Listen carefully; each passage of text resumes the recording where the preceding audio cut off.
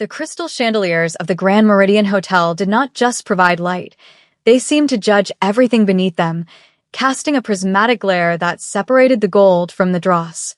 For Alara, a 26-year-old waitress trying to make herself as invisible as the beige wallpaper, the light felt like an interrogation lamp. She adjusted the collar of her starch-white shirt, the fabric scratching against her neck, and tightened the knot of her crimson apron. This was the charity gala of the season, a convergence of the city's political elite, old money dynasties, and dangerous new players who preferred to remain in the shadows. Alara gripped her tray of champagne flutes with white-knuckled intensity, her eyes fixed on the floor as she navigated the sea of silk gowns and Italian wool suits. She had learned early in her shift that eye contact was interpreted as an invitation for scorn. The air smelled of expensive lilies, roasted duck, and the metallic tang of unspoken ambition. Somewhere in the upper mezzanine, overlooking the shark tank of the ballroom, rumors were circulating about a ghost. They whispered the name Kong Dae with a mixture of reverence and nausea. He was a mythic figure in the underworld, a man who had consolidated the fractured syndicates of the Eastern District into a singular, silent empire. The stories said he had no heart, only a ledger of debts and a graveyard of those who failed to pay them. But Alara knew nothing of crime lords or territory wars. She only knew that her feet ached, her rent was overdue, and the crowd was becoming increasingly raucous as the open bar took its toll. In the center of the room, far from the VIP balconies, a small, elderly Korean woman wandered with a look of profound confusion etched onto her gentle face. She wore a modest dark blue dress, simple and unassuming, which stood out starkly against the aggressively modern cuts of the designer evening wear surrounding her. She looked like a pressed flower trapped in a machine shop. The old woman, whose name was Mrs. Park, though no one here cared to ask, was clutching a small, worn handbag with both hands. She seemed to be searching for someone, her dark eyes darting frantically across the faces of strangers who looked through her as if she were made of glass. Alara watched her from the periphery, feeling a pang of sympathy that she quickly tried to suppress. Empathy slowed you down in this line of work. Mrs. Park took a tentative step backward, trying to avoid a rushing server, and in her disorientation, she turned sharply. It was a simple accident, a matter of physics and bad timing. Her shoulder brushed against the arm of a woman holding a glass of vintage Pinot Noir. The liquid sloshed, a few dark droplets landing on the woman's expensive luxury cream-colored coat. The music seemed to stop, though the orchestra played on. The atmosphere in the immediate vicinity curdled instantly, shifting from festive indifference to predatory anticipation. Alara froze, her tray trembling slightly, sensing the shift in atmospheric pressure that always preceded a storm. The woman in the cream-colored coat was Veronica Vance, the wife of a real estate tycoon and a person whose cruelty was often mistaken for personality. She did not just react. She erupted. Veronica spun around, her face twisting into a mask of incredulous rage. She looked down at the microscopic stain on her pristine coat, then up at the fragile woman who had caused it. Mrs. Park shrank inward, bowing her head rapidly, her hands trembling as she began to apologize in broken, whispered Korean, interspersed with the only English word she seemed to trust. Sorry. So sorry. Please, her voice was a dry leaf scraping against pavement, barely audible over the din of the party. But Veronica was not interested in apologies. She was interested in theater. She needed a victim to validate her status, and fate had delivered one that looked unable to fight back. Do you have any idea what you just did? Veronica's voice was a whip crack, cutting through the ambient chatter. Heads turned. The circle of bystanders expanded, creating an arena of silence around the two women. This is custom Valentino, Veronica hissed, stepping closer, looming over Mrs. Park like a hawk cornering a field mouse. It costs more than your entire life's earnings. And you just ruined it with your clumsiness. Who let you in here? You don't belong here. Look at you. The insults were not just about the coat. They were about existence. Veronica's eyes scanned Mrs. Park's simple dress with open disgust. The crowd watched with a passive, morbid curiosity of drivers passing a car crash. No one moved. No one spoke. The wealthy and powerful, who prided themselves on their philanthropy during the speeches, were now paralyzed by their own social cowardice. Mrs. Park continued to bow, tears beginning to well in her eyes, her small frame shaking with humiliation. She looked small, terribly alone and terrified. Alara felt a heat rising in her chest, a burning sensation that started in her stomach and moved up to her throat. It was the friction of injustice scraping against her conscience. She looked at the security guards standing by the walls.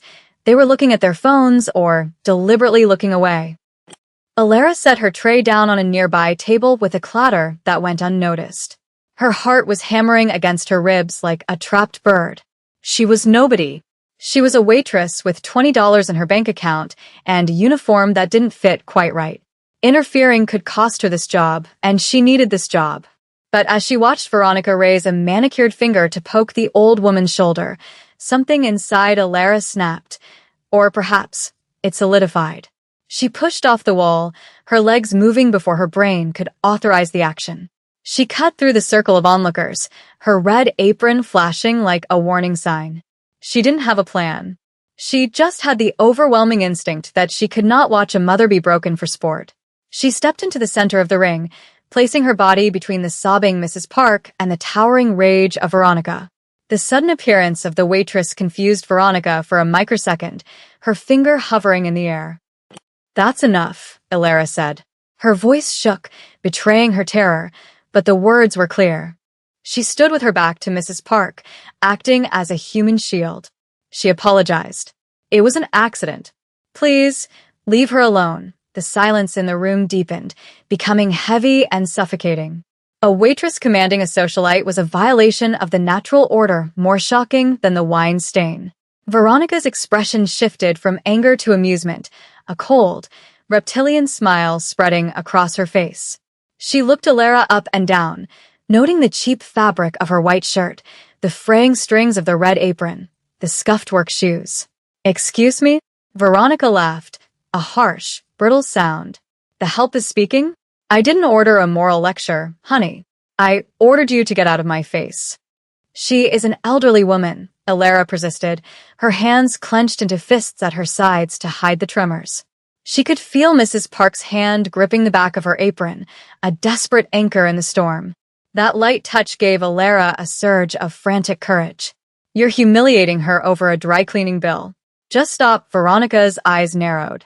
The amusement vanished, replaced by a cold, hard malice. She didn't like being challenged, certainly not by someone she viewed as furniture. Veronica raised her glass, which was still half full of the dark red wine. "You want to be a hero?" she whispered, her voice low and dangerous.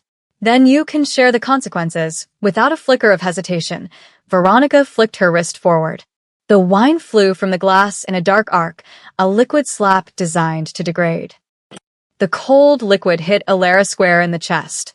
It soaked instantly into the white cotton of her shirt, spreading outward like a gunshot wound, dripping down her front and splashing onto the pristine floor. The shock of the temperature and the wetness made Alara gasp, but she didn't step aside. She blinked, wine dripping from her chin, standing her ground.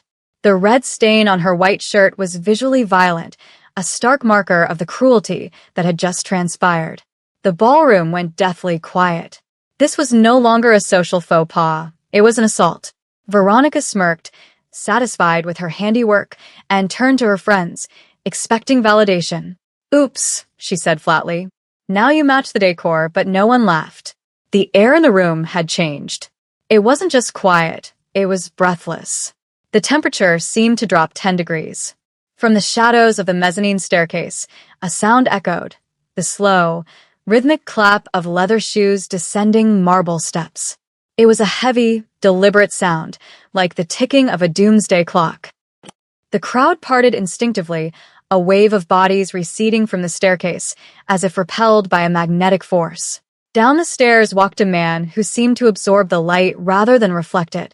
He was dressed in a suit cut so sharply it looked like a weapon, charcoal gray, with a black shirt and no tie. His hair was swept back, revealing a face that was handsome but carved from something harder than granite. A jagged, pale scar ran along his jawline, a permanent reminder of violence survived. This was Kong Dae. He did not look at the crowd. He did not look at the security. His eyes, dark and unreadable, were locked onto the scene in the center of the room. The weeping mother, the soaked waitress, and the woman with the empty glass. He moved with a predatory grace, a silent lethality that made the hair on the back of Alara's neck stand up. He wasn't rushing. Predators don't rush when the prey is already trapped. As Kong Dae reached the bottom of the stairs, the whispers died completely. The fear he projected was not theatrical. It was the quiet, absolute authority of a man who could end a life as easily as he breathed. He walked straight to the center of the circle, his presence displacing the air around him. Veronica, sensing the shift, turned to face him. Her arrogance wavered slightly, but she didn't know him. She saw only a wealthy Asian man, perhaps a potential investor. Finally, she scoffed, trying to regain control of the narrative. Someone with some sense. Can you believe the incompetence of the staff here? This girl just... Kong Dae walked past her as if she did not exist. He didn't even blink. The dismissal was absolute. He stopped in front of Mrs. Park, his stony expression cracking for a fraction of a second into something agonizingly tender. "Alma," he said softly, a word that sounded like a prayer in the silence. He reached out, his large, scarred hands cupping his mother's face, wiping away a tear with a thumb that had pulled triggers. Mrs. Park looked up, her weeping slowing as she recognized her son.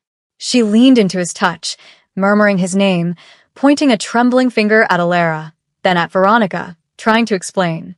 Kong Dae nodded slowly, hushing her. "I know," he whispered. "I saw." He then turned his gaze to Alara. Up close, his energy was overwhelming, a mix of high-voltage danger and strange, intense focus. He looked at the wine soaking her shirt, the way it clung to her skin, the humiliation she was wearing like a badge of honor because she had chosen to protect his blood. He looked at her eyes, which were wide with fear but still held a spark of defiance. For a long moment, the Mafia boss and the waitress just looked at each other, the chaotic world around them fading into a blur. Kong Dae removed his suit jacket. The movement was fluid and controlled. The silk lining shimmered under the chandeliers. With a gentleness that contradicted every rumor about him, he draped the jacket over Alara's shoulders, covering the wine stain, enveloping her in his warmth and the scent of sandalwood and gun oil. It was a claiming, a protective seal. He adjusted the collar so it wouldn't slip, his knuckles grazing her neck, causing her to shiver.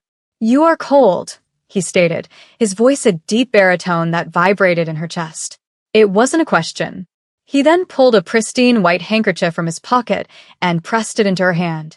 "For your face," he murmured. Only then, after ensuring the safety and dignity of the two women, did he slowly turn on his heel to face Veronica. The transformation in his body language was terrifying. The tenderness evaporated, replaced by a cold, mechanical malice. He adjusted his cufflinks, staring at Veronica with the detached curiosity of a scientist observing a bacteria. Veronica's confidence crumbled. She realized, too late, that she was not the predator in this room. She was the meal. "You," she stammered, the glass slipping from her fingers and shattering on the floor. "Do you know who my husband is?" "I do not care who your husband is," Kong Dae said, his voice calm, carrying to the back of the room without him raising it. "But by tomorrow morning, he will wish he had never met you." He took a single step forward, invading her personal space, forcing her to step back onto the broken glass of her own making. "You spilled wine on two things tonight," he continued, his eyes dead and flat. "My mother, and the only person in this room with a soul." He gestured slightly to Alara. "That jacket is worth more than your life. If another drop of wine touches her, or my mother," he let the sentence hang, an open loop of violence that was far more terrifying than a specific threat. "Apologize," he commanded. "On your knees." Veronica looked around for help, but the crowd had abandoned her. Her husband was nowhere to be seen. She looked at Kong Dae's face and saw her own destruction written there. The silence stretched, thick and unbearable. Alara watched, clutching the lapels of the massive jacket, feeling the weight of the man's power draped over her, realizing with a sudden, dizzying clarity that her life of invisibility was over. She was now the center of the ghost's world. The sound of knees hitting the marble floor was sickeningly audible, a dull thud that echoed through the cavernous ballroom. Veronica Vance, a woman who had spent her life looking down on the world from the heights of penthouse balconies, was now physically lower than the people she employed. She gasped as her knees found the shards of her own broken wine glass, the sharp edges biting into her skin through the stockings, but she dared not move. Kangdae stood over her, his shadow stretching long and dark across her trembling form. He did not gloat. He did not smile. His face remained a mask of impassive granite, his eyes stripping away her social standing until she was nothing more than a frightened creature realizing the food chain had shifted. "I am waiting," Kangdae said, his voice dropping to a register that vibrated in the floorboards. The orchestra had stopped playing. The waiters had stopped serving. The entire gala held its breath, witnessing the dismantling of an untouchable elite by a force of nature they did not understand. "I'm sorry," Veronica whispered, her voice cracking, tears of rage and terror cutting tracks through her foundation. She looked up at Mrs. Park, who was clinging to Alara's arm, her face buried in the waitress's shoulder. "I'm sorry," Veronica repeated, louder this time, desperation creeping in as she saw Kangdae's expression darken at her hesitation. "I was wrong. Please." "I apologize." It was a humiliation so complete that some of the onlookers looked away, unable to stomach the raw display of dominance. But Alara did not look away. She watched, her heart thundering against the silk lining of Kangdae's jacket, realizing that this man was exacting a retribution that the law never would. He was balancing the scales of the universe in real time. Kangdae stared at the kneeling woman for a beat longer than necessary, letting the terror settle into her bones, ensuring the lesson would outlast the bruising. Then, with a dismissive flick of his hand, he released her from his attention. She was no longer a threat. She was debris. He turned back to Alara and his mother, the violence in his eyes instantly evaporating into a pool of deep, solicitous concern. "We are leaving," he stated, not as a command to them, but as a fact of reality. He placed one hand on the small of his mother's back and the other, hesitating for just a moment, hovered near Alara's elbow before gently guiding her. The crowd parted like the Red Sea before Moses. No one dared to photograph them. No one dared to whisper. As they walked toward the grand exit, Alara felt the weight of 1,000 eyes on her, but for the first time in her life, she didn't feel small. She felt enveloped in a force field of absolute protection. They walked through the gilded doors, leaving the suffocating perfume of the gala behind for the crisp, cold air of the night, where a fleet of black SUVs waited with engines idling, their exhaust plumes rising like smoke signals into the dark city sky. The interior of the lead vehicle, a stretch Maybach, was quieter than a cathedral and smelled of rich leather and ozone.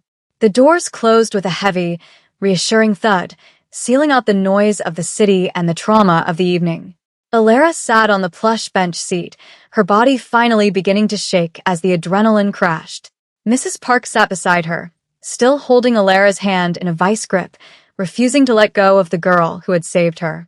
Kangdae sat opposite them, pouring a glass of water from a crystal decanter. His movements were precise, almost ritualistic.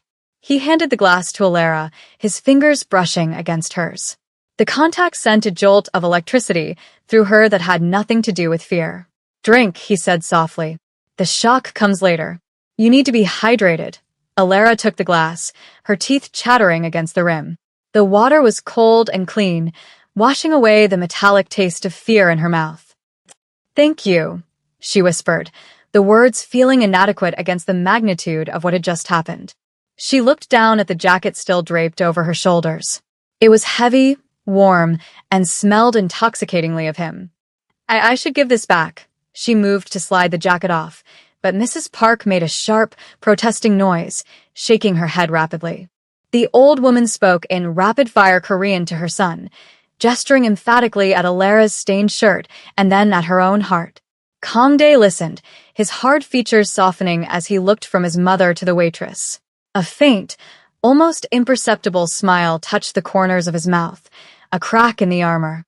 "My mother says you are not to remove it," Kangdae translated, his eyes locking onto Alara's. "She says it is the mantle of a queen, and you have earned it." She also asks why a girl with trembling hands has the heart of a lion. Alara blushed, the heat rising to her cheeks. I didn't think, she admitted, looking down at her scuffed work shoes sinking into the thick carpet of the car.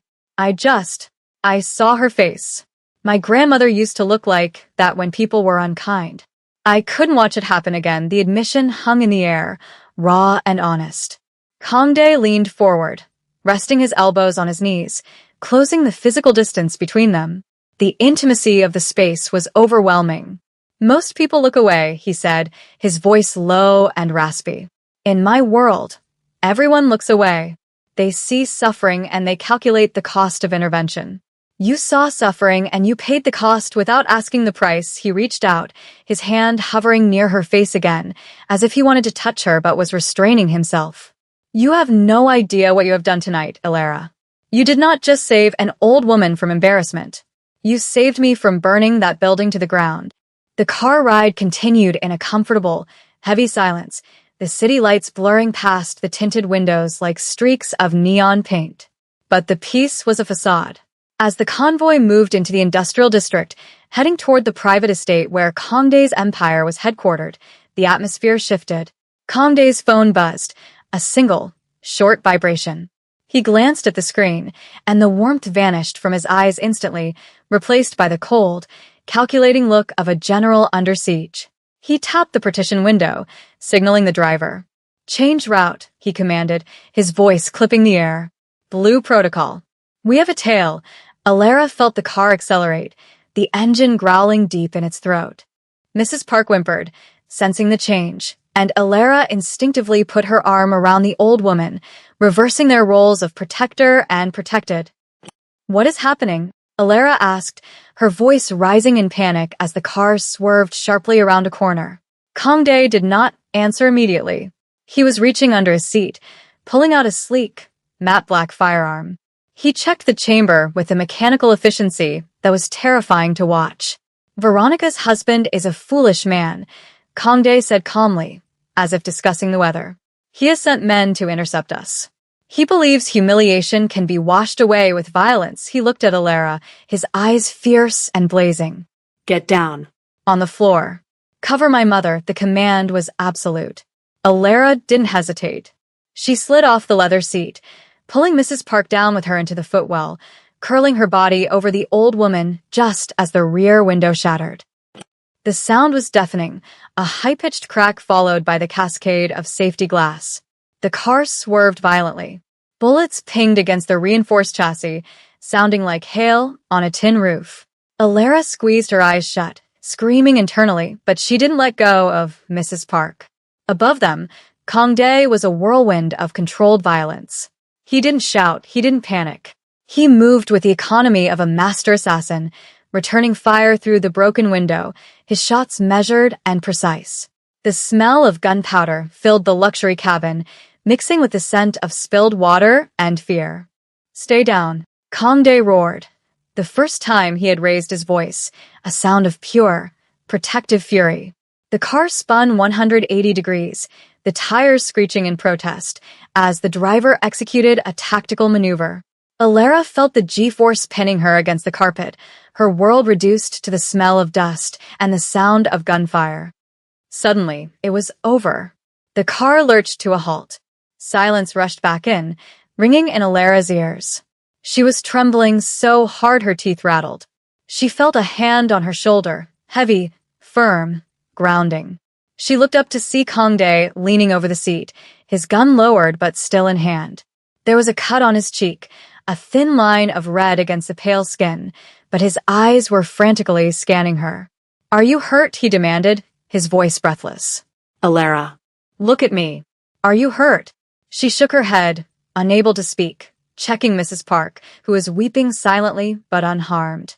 Kangdae let out a breath that sounded like a shudder. He reached down and hauled Alara up with one arm, pulling her into his chest. He buried his face in her hair, holding her so tight it almost hurt. For a moment, the Mafia boss was gone, and there was just a man who had almost lost the only light he had found in years. I have them, he whispered into her hair, a vow of vengeance and protection. I have you. They will never touch you again.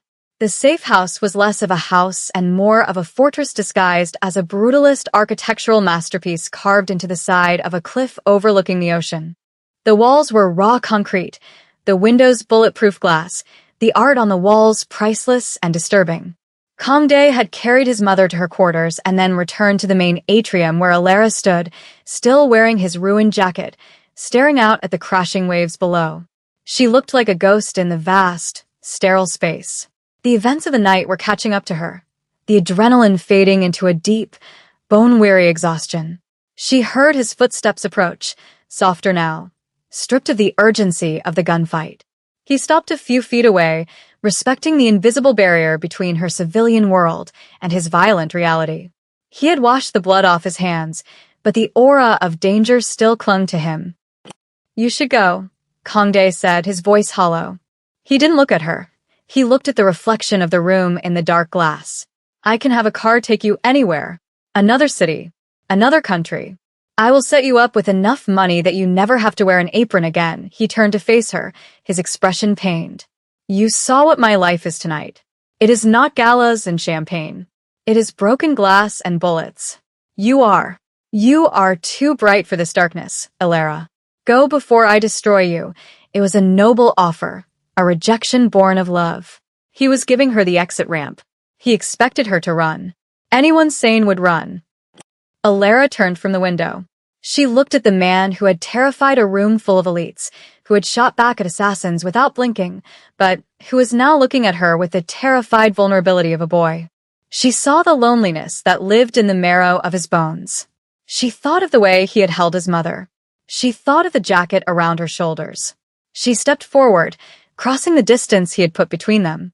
"No," she said simply. Kongdae blinked, confused. "No," he repeated. "Did you not hear me? I am a monster, Alara. I have blood on my hands that will never wash off. I saw a son who loves his mother," Alara countered, her voice gaining strength.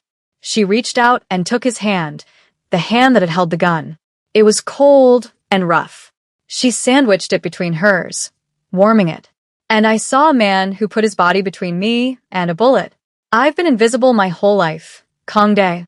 People look right through me. But you saw me. You really saw me." She looked up into his dark eyes. "I'm not afraid of the dark. I've lived in it for a long time. Maybe you just need someone to hold the light." Kongdae stared at her, his defenses crumbling brick by brick. He raised his free hand to cup her jaw, his thumb tracing her cheekbone. "If you stay," he warned, his voice a low rumble, "there is no going back. You become mine. And I do not share what is mine." "I know," Alara whispered, leaning into his touch. "I'm not going anywhere." 3 months later, the Grand Meridian Hotel was hosting another gala. The guest list was similar, though one notable absence was Veronica Vance, whose husband had suffered a catastrophic financial collapse and fled the country under mysterious circumstances. The atmosphere was tense, the chatter subdued. The doors opened, and the room fell silent. Kongdae entered, looking as formidable as ever in a black tuxedo. But this time he was not walking alone, nor was he walking ahead. On his arm was Alara. She was no longer the invisible waitress in the white shirt. She wore a gown of deep crimson silk that flowed like liquid fire, her head held high, her eyes scanning the room with a newfound confidence. She didn't look arrogant. She looked regal. They moved through the crowd, not as predator and prey, but as a king and his queen.